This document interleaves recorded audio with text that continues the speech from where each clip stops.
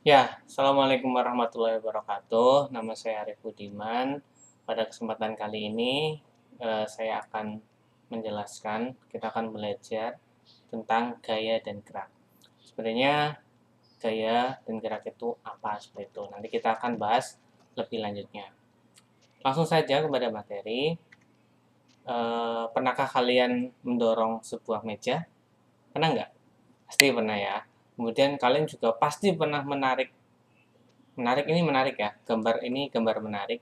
Menarik troli kalian saat kalian belanja pasti pernah. Kemudian kalian pernah nggak melempar sebuah bola, dilempar, kemudian bola itu akan jatuh seperti itu, akan jatuh kembali ke bawah.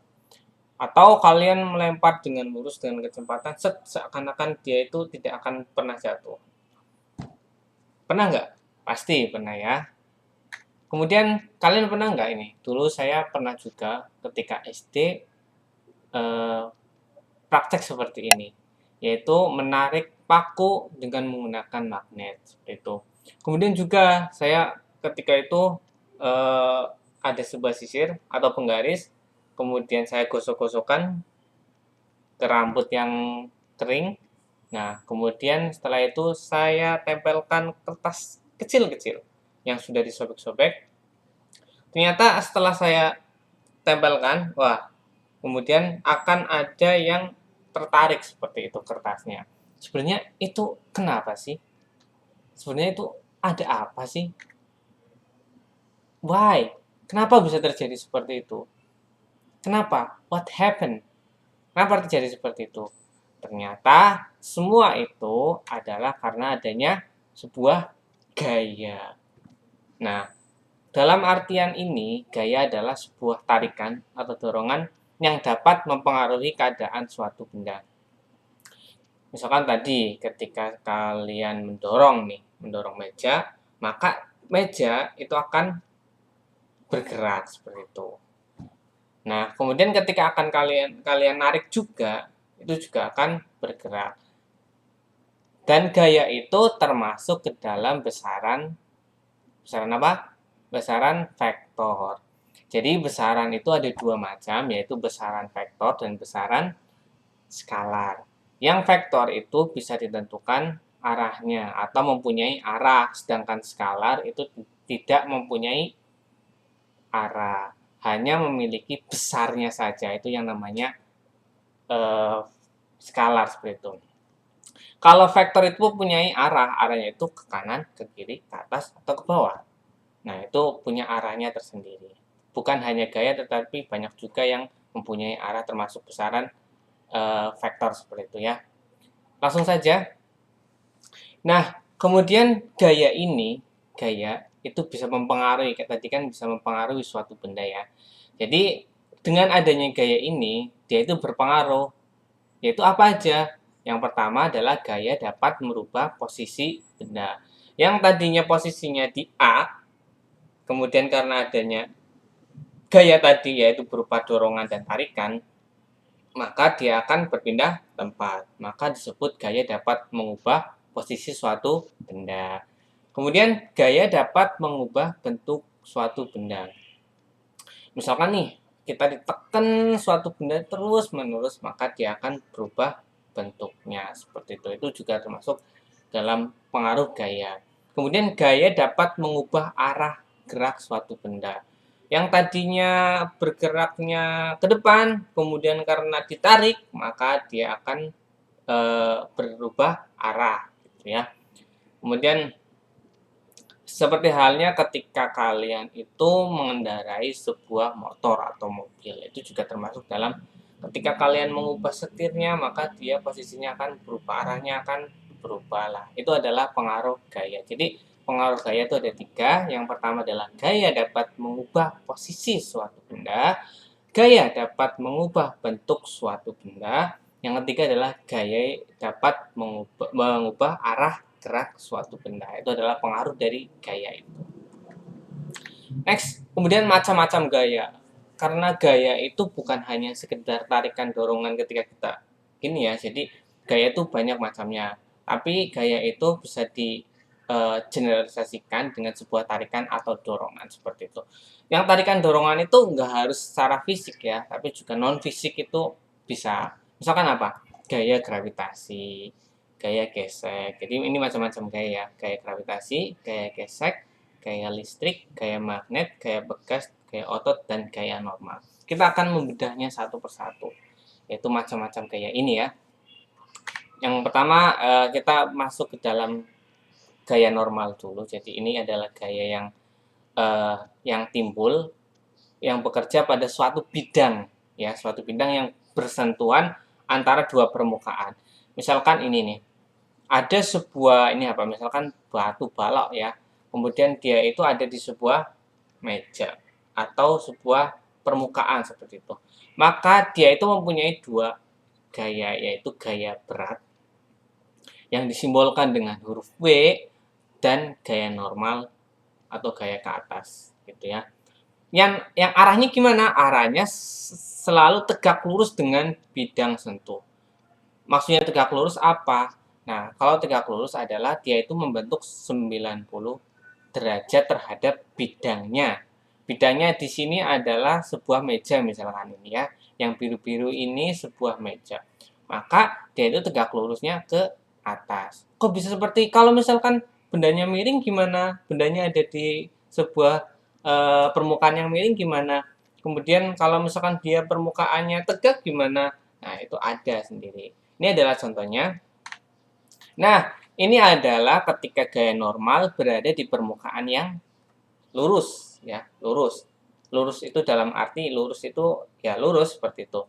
Maka dia itu akan tegak lurus dengan permukaannya. Ini juga sama, semuanya tegak lurus dengan permukaannya. Permukaannya ini miring, oh berarti tegak. Pokoknya tegak lurus dengan permukaannya. Itulah yang namanya gaya normal. Ketika permukaannya itu berdiri, maka dia itu tegak lurus berarti membentuk 90 derajat. Dan seperti ini ya. Jadi bukan kalau misalkan kalian berpikiran, oh kalau misalkan ini bendanya itu miring kayak gini, oh ya berarti tetap aja lurusnya itu ke atas gitu. Tegak lurus dengan berat itu salah. Sejajar dengan berat itu salah. Maka dia itu harus tegak lurus dengan permukaannya seperti itu ya. Nah, paham? Paham. Kemudian yang kedua gaya gesek. Nah, gaya gesek ini terjadi karena ada sebuah benda yang bergerak atau diam. Gaya gesek itu dibagi menjadi dua, yaitu gaya gesek dinamis dan gaya gesek statis. Gaya gesek dinamis itu adalah gaya gesek yang dipengaruhi oleh sebuah gerakan, karena benda itu bergerak seperti itu. Dan arah gaya gesek itu nggak selalu 90% selalu, ya nggak selalu ya berarti ya. 90% itu berlawan arah dengan arah gerak. Arah gaya gesek berlawan arah dengan gerak benda.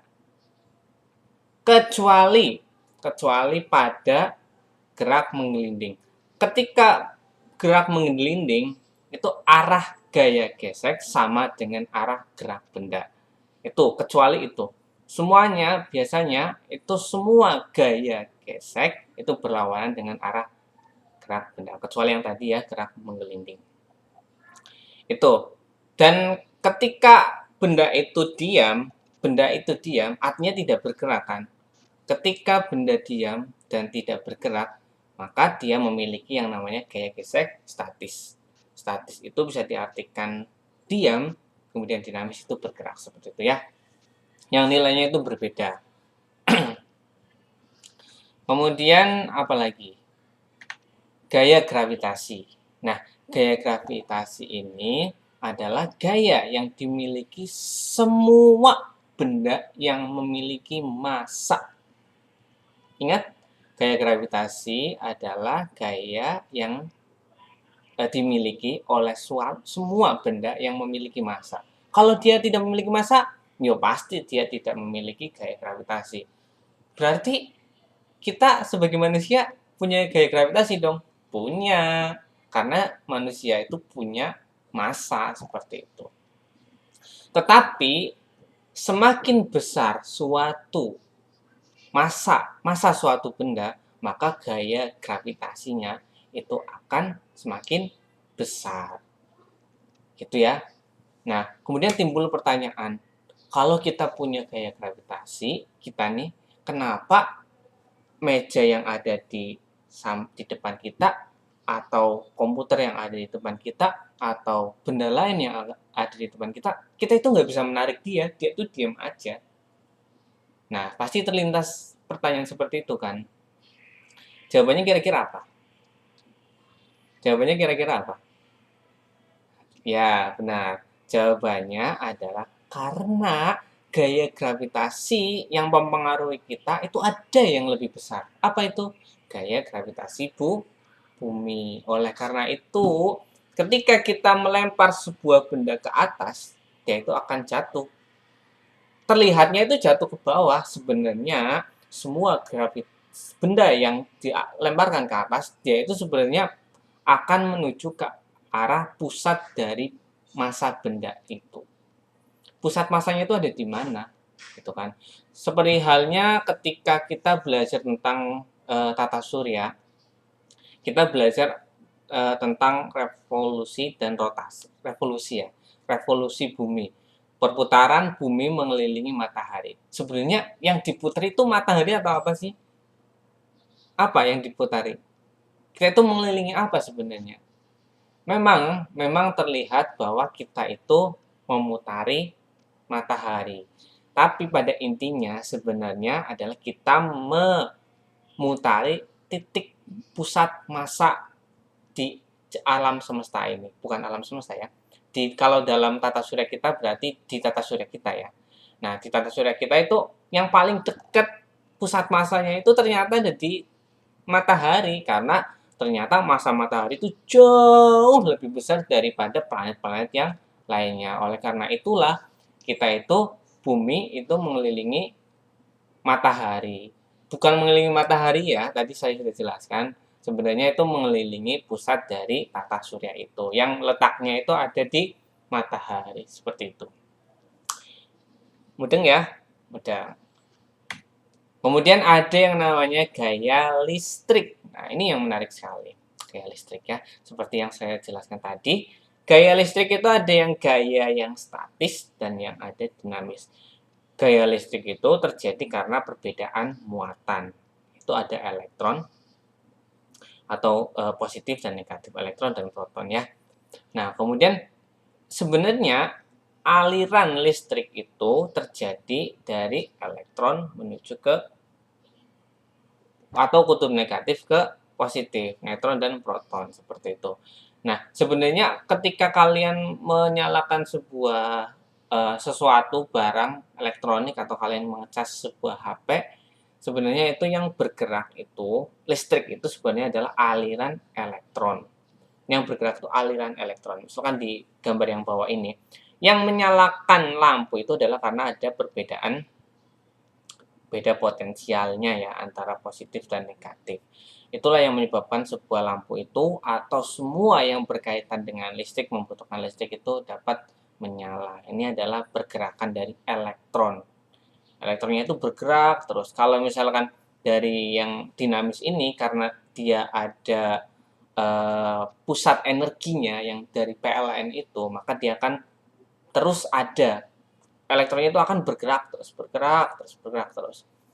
Sedangkan yang statis ini, itu kalau contohnya ini ketika kalian mengusapkan sebuah penggaris ke rambut, kemudian ditempelkan sebuah kertas yang kecil-kecil, dia itu pertamanya menempel, sebagian dari kertasnya itu menempel. Tapi lama-kelamaan itu akan terjadi pelepasan, lepas dari penggarisnya. Nah, pelepasan yang dari penggarisnya, ini kertas yang dari penggaris itu, itulah karena terjadi netral seperti ya. Jadi kan karena adanya, kenapa bisa tertarik? Karena ada terjadi beda muatan, muatan positif sama negatif. Seperti itu. Kalau misalkan muatan positifnya itu lebih otomatis kalau lebih kecil ya, maka dia akan terjadi pelompatan seperti itu.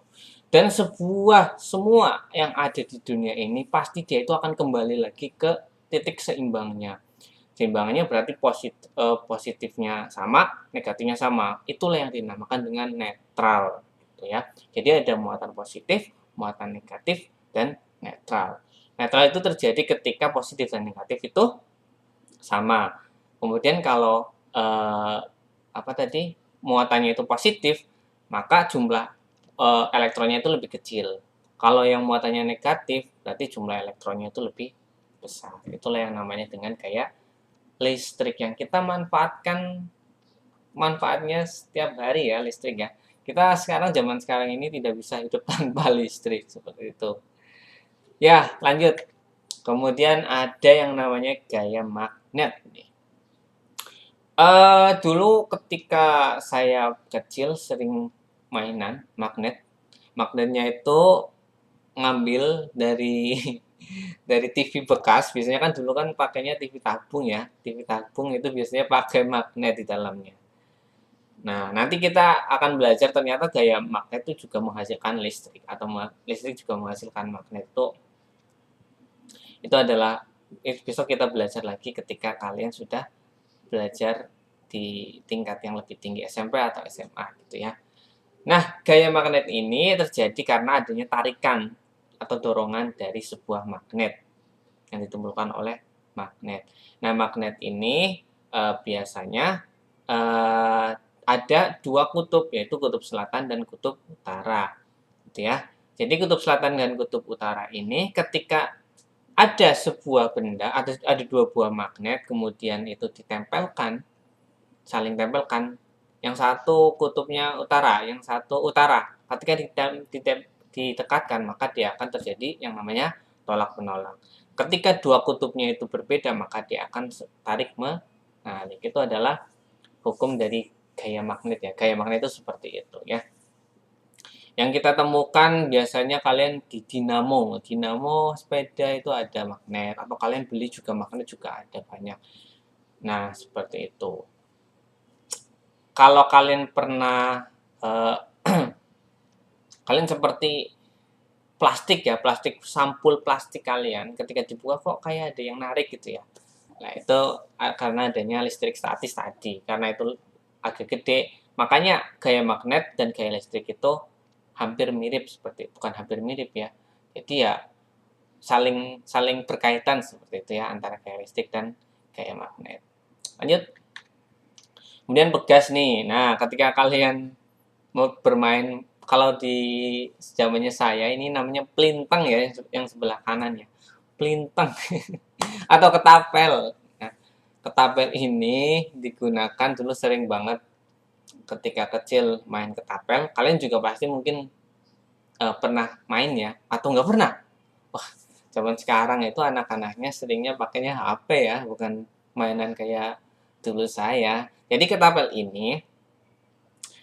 ini digunakan terjadi karena adanya gaya pegas. Gaya pegas itu ditimbulkan karena suatu benda memiliki sifat kelenturan. Kelenturannya dari mana? Dari karet ini ya. Dari karet ini yang menyebabkan benda mudah berubah bentuk dan mudah kembali seperti semula. Contohnya itu ya di ketapel ini ketika kalian panas itu juga termasuknya gaya bekas. Atau gaya bekas yang lain apa? Apa ya namanya itu yang di mobil yang ketika empuk gitu itu juga namanya gaya bekas seperti itu ya. Itu juga gaya bekas banyak sekali dimanfaatkan. Timbangan juga pakainya gaya bekas gitu ya, banyak sekali pemanfaatan gaya bekas. Intinya gaya bekas itu terjadi karena suatu benda itu memiliki sifat yang lentur seperti itu, yang dia itu akan kembali seperti semula setelah beberapa waktu seperti itu ya. Kemudian gaya otot nih yang kita sering kalian lakukan. Kalian pasti sering menggunakan gaya otot lah ketika kalian memindahkan suatu benda, mendorong suatu benda, menarik suatu benda, gitu kan.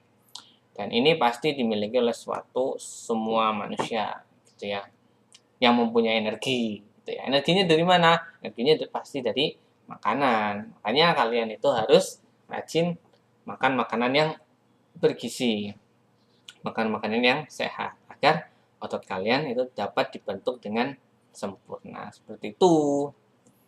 Kemudian apa lagi? Wah, udah ya. Jadi itu tadi macam-macam gaya dan pengertiannya seperti itu. Kemudian karena ini materinya gaya dan gerak, kita akan beralih ke pengertian gerak seperti itu. Jadi suatu benda itu bisa dikatakan bergerak jika benda itu berpindah terhadap titik acuan. Mudah nggak? Misalkan nih, ada sebuah meja. Meja itu bisa dikatakan bergerak karena apa? Pasti dia itu bisa dikatakan bergerak karena dia itu berpindah dari yang tadinya di depan kalian, kemudian ada yang menarik seperti itu. Nah, itu yang namanya bergerak. Semua hal dikatakan bergerak ketika dia itu berpindah. Contohnya nih. Contoh. Jenis gerak. Gerak menurut keadaannya. Gerak itu ada yang gerak nyata dan gerak semu. Kalau gerak nyata, ya, itu adalah gerak yang diakibatkan oleh perubahan jarak atau posisi benda terhadap titik acuan. Itu gerak nyata, gerak-gerak yang benar-benar bergerak seperti itu. Kalau gerak semu adalah gerak suatu benda yang sebenarnya diam, namun oleh pengamat teramati bahwa benda tersebut seolah-olah bergerak. Seperti itu. Ada yang namanya gerak semu dan ada yang namanya gerak nyata seperti itu. Nah, ini lihat. Jenis gerak. Kalian bisa lihat tadi. Ulangi. Nah, ketika kalian naik sebuah mobil atau motor, di sini tuh kalian posisi awalnya di mana? Posisi awalnya di situ kan. Kemudian dia itu bergerak. Titik acuannya adalah rumah. Dan posisi akhirnya ada di dalamnya. Itulah yang namanya bergerak. Kalian itu bergerak terhadap titik acuan. Yang namanya bergerak itu adalah ketika kalian itu berjalan atau bergerak terhadap titik acuan. Yang posisi awalnya di A misalkan, kemudian jadi di posisi akhir yang di B. Padahal titik acuannya itu adalah rumah. Maka kalian dikatakan bergerak. Ini juga orang di dalam bus melihat pohon dan gunung seolah-olah bergerak. Padahal kalian itu diam, padahal gunung itu diam. Tapi seolah-olah kalian lihat, kok itu gunung bergerak ya? Kok dia itu semakin jauh ya? Kok dia semakin dekat ya? Oh, gunung itu semakin dekat ya? Itulah yang namanya gerak semu. Seperti itu. Itu namanya gerak semu. Jadi sebenarnya gunung itu tetap diam. Kalianlah yang bergerak. Kalian yang bergerak terhadap gunung. Nah, kemudian kenapa saya bilang bahwa bergerak itu adalah perubahan posisi terhadap titik acuan. Kalau kalian duduk di sebuah bus. Kemudian kalian diam, busnya bergerak. Kemudian di samping kanan itu ada gunung. Maka kalian itu bergerak terhadap gunung itu. Tetapi kalian diam terhadap mobil. Mudah nggak? Mudah nggak? Mudah pasti ya. Maksudnya ketika kalian diam nih, kalian kan diam duduk aja di bis. Dan mobilnya juga tetap duduk kan? Tetap ada di situ kan? Dan kalian tidak dianggapnya kalian tidak bergerak seperti di mobil diam aja kayak patung gitu kan. Maka kalian terhadap mobil atau bis atau motor itu kalian dianggap diam, tidak bergerak. Tetapi kalian terhadap gunung atau mobil terhadap gunung itu dikatakan bergerak. Itu adalah pengertian dari yang namanya gerak. Jadi intinya gerak itu adalah perubahan posisi terhadap titik acuan. Bergantung titik acuannya itu yang mana. Itu adalah bergerak. Nah, kemudian jenis gerak. Jenis gerak itu ada yang namanya gerak lurus, yaitu gerak yang lintasnya berbentuk lurus, tidak berkelok-kelok. Gerak lurus ini juga dibagi menjadi gerak lurus beraturan, gerak lurus berubah beraturan, seperti itu. Kemudian ada yang gerak melingkar. gerak melingkar ini gerak yang ketika contohnya gerak melingkar ini adalah roda yang berputar, roda motor yang berputar itu adalah gerak melingkar seperti itu. Kemudian gerak parabola. Gerak parabola adalah gerak benda yang lintasannya berbentuk parabola. Contohnya apa? Contohnya ketika kalian melempar sebuah bola atau ketika kalian menendang sebuah bola. Itu adalah ya kan bentuknya parabola gini ya. Atau kalian memanah atau ketapel tadi ya, atau pelintang tadi namanya. Itu yang namanya gerak parabola. Jadi itu ya pelajaran kita kali ini. Jadi kita membahas tadi tentang macam-macam gaya atau gaya itu apa. Itu. Kemudian kita juga udah belajar tentang gerak. Yang intinya gaya itu tadi banyak banget macamnya. Pengertiannya adalah gaya adalah sebuah tarikan atau dorongan yang dapat merubah suatu arah atau bentuk atau keadaan suatu benda. Itu adalah gaya. Kemudian gerak adalah perubahan posisi terhadap titik acuannya. Itu ya. Ada yang pertanyakan, silakan kalau misalkan ada yang ditanyakan bisa tulis komentar di bawah ini. Terima kasih atas perhatiannya. Kita jumpa lagi pada kesempatan yang lain. Kurang lebihnya mohon maaf. Wassalamualaikum warahmatullahi wabarakatuh. See you.